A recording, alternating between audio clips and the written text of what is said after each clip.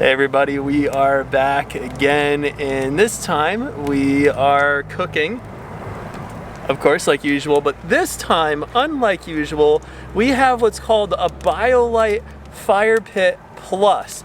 And so I've got that, I've got some of the cooking utensils that Biolite sells, and I've tried it out already, but we're gonna be giving it a go on this one, cooking some mushroom burgers. For those of you who don't know, it's like basically a portobello mushroom, but like just the top of it, and it's huge, it's like a burger. Cooking some carrots from my mom's garden, and all while over here at this campsite. So as you can tell, our campsite is kind of by like this lake, but I don't know if you can see it, there's a highway right there. So it's really easy to pull off from the highway, but there is some highway noise.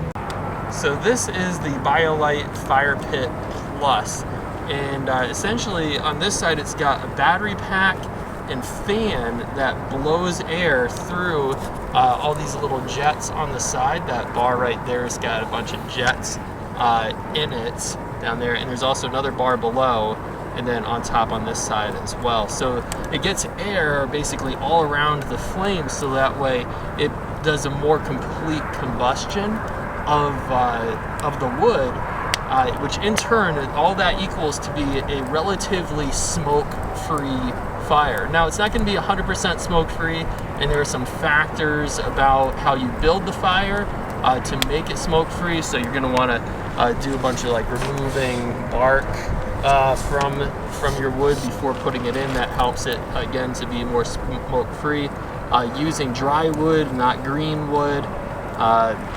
This, I don't know if it's a really good idea to keep your wood underneath of the fire, but it's really not that hot underneath there. I don't think it's going to catch, but it is warm enough that I think it's going to dry that wood below out, so that way we'll be able to have no moisture in that wood, or relatively low moisture, so that way that will catch better in the future.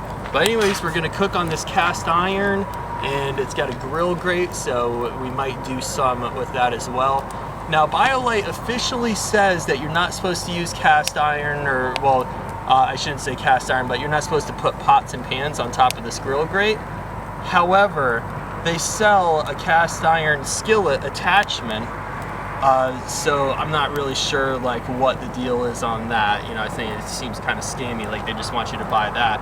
But I like this because the other day I had this going, the skillet, the cast iron skillet, and then I had shish kebabs off to the side cooking, so I can grill and use the skillet at the same time. The Biolite skillet covers the entire area, so I don't want to do that. Now this whole grill right here, it actually attaches on, and it cantilevers on this point here, so it's locked underneath the rails. So that way I can actually move this around, and it's not, you know, tipping over or anything like that. And so I can have indirect heat on this and kind of cook indirectly, or just keep something warm. Or this whole grill grate actually slides on top of the fire pit, so it's a really neat device. So I've already went ahead and oiled this pan up, so it is nice and oiled, and I already heated it up a little bit. Obviously it's still cool enough for me to touch it, but I'm gonna go ahead and kind of put these carrots in right now. And why I'm cooking these carrots is because we actually kind of forgot that we had them, and they kind of got a little bit like squishy, but they're still good. They're not slimy or anything. And I'm gonna go ahead and I'm gonna take the Biolite spatula that came with it, and comes with the Biolite cooking set. And I'm gonna go ahead and stir that around. Then it also came with this knife, and the sheath for the knife, and tongs, which I'll show you the tongs in a minute. I'm gonna go ahead and put some pepper on here, fresh cracked, and some salt. I'm just gonna go ahead and stir this around. And those of you who cook with cast iron, you'll kind of know, like, cast iron, it just, there's something about it, it's special. Cooking with cast iron is a special thing. Now I've got this nice wide camera angle going, because what I'm gonna do next is I'm gonna use these tongs right here. These are the tongs that actually came with the set. And I'm gonna hold on to this, and I'm gonna kind of push it push this into place. And so you can kind of use your hand if it's not too hot yet, so I'll kind of do that. But essentially this is what it is. You know, you put it right over the fire, cast iron, and I have an oven mitt that I use for this when it's actually really hot, but for now that'll work.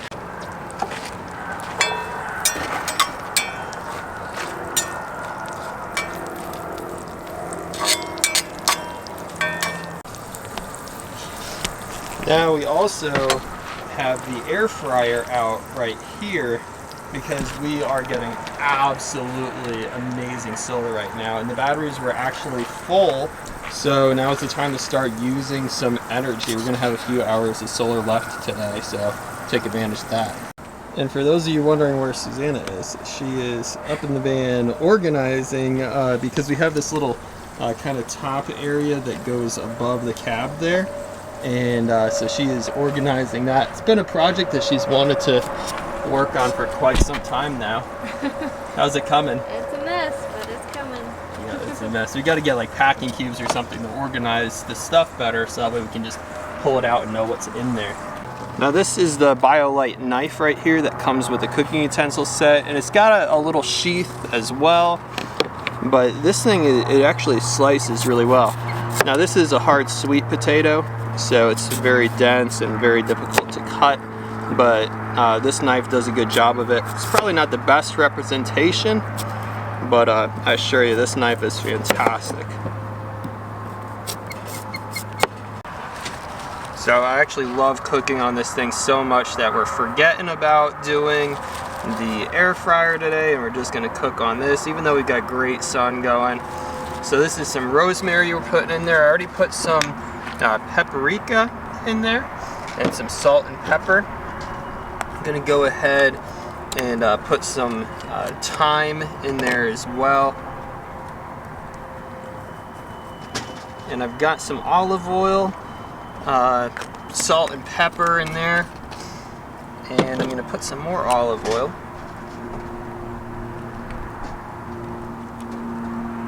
Then we're gonna go ahead and put this onto the flames. So we got this little oven mitt here. Go ahead and put that here. Move this onto the flames, and then that's going to cook nicely just right there. So I've got those 3 cooking utensils that came with the set that I bought, and it also came with this little case here, and the cooking utensils fit into here. And then they roll up nice and securely, and then it all stores right inside of the fire pit when the fire pit is done, all cooled off. And this is the bag right here. So this bag, it actually goes over, this is another separate accessory that you need to buy. It goes over the actual Biolite itself and can carry wood with it and whatnot. It's got these, they call them G-hooks, that hook onto the outside so you can loop over and carry more wood with you. And what I do is I set the Biolite up, and then I go ahead and I get wood and put it in the bag when I'm gathering wood, and go ahead and bring it back to camp that way. Now what I use to cut the wood is I've got a reciprocating saw. So just a Sawzall with a wood cutting blade, and that's what I've been using to cut the wood. Now my dad also gave me a hand saw, so I can go do some handsaw action with it as well. But I haven't tried that yet. I've just been using the Sawzall. Now it all works out well though, because gathering firewood is something that my wife and I like to do together. It's a nice little family time.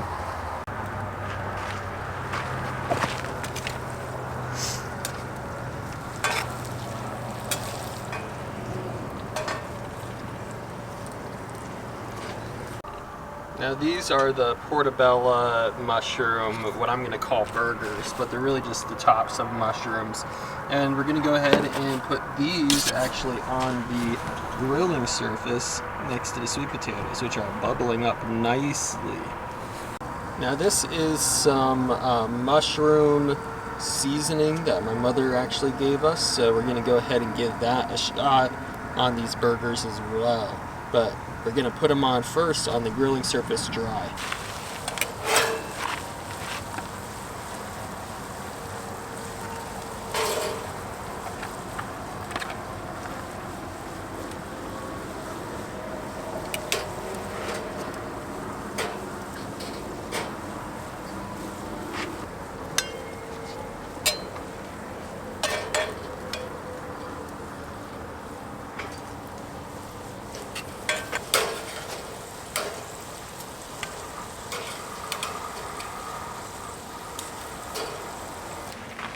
So now we've actually taken out the sweet potatoes and kind of drained some of the oil off of them.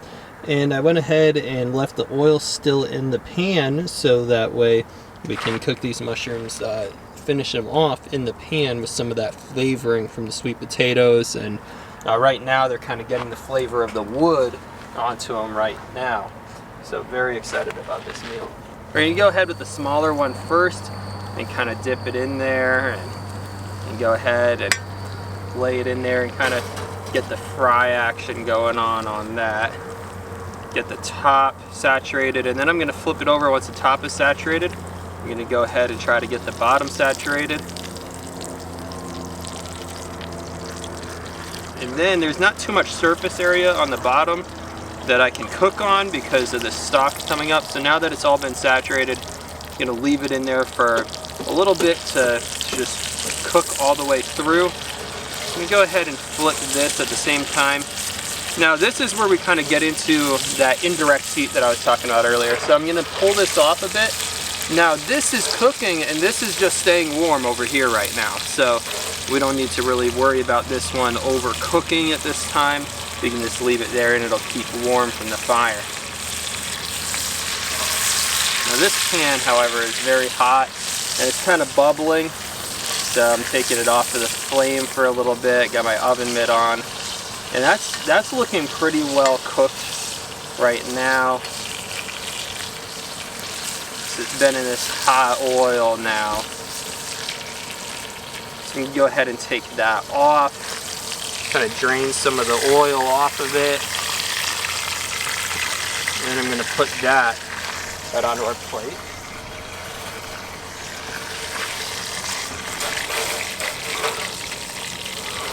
So now that the pan is pretty well hot, I'm just going to scrape the pan a bit.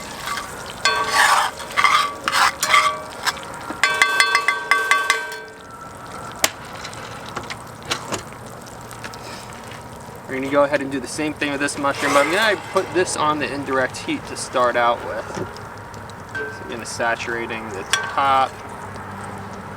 And give it some more heat now. Saturate the bottom. And this is with that hot oil, remember. So this oil is cooking it very fast when it comes into contact with it because the oil itself is just so hot.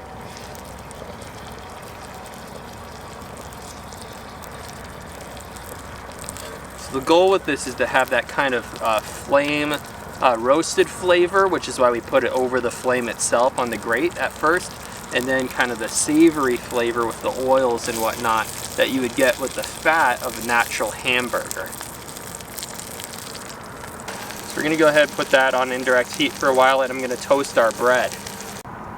So I couldn't really show you this part, but I cut up an avocado and some seriously sharp cheddar cheese from Vermont, which is really amazing, and put it all together with some spinach and arugula, and that is dinner right there. All right, well, we are going to dig into this meal here, and thanks for watching. Don't forget to subscribe and leave a comment, tell us what you think, and what do you think of this video quality, because right now we're using the EOS R with a 24-105 stabilized lens. So tell me what you think, and do you think I should make more cooking videos, or what do you actually want to see on this channel? Let me know in the comment section below. Anyways, we'll see you next time.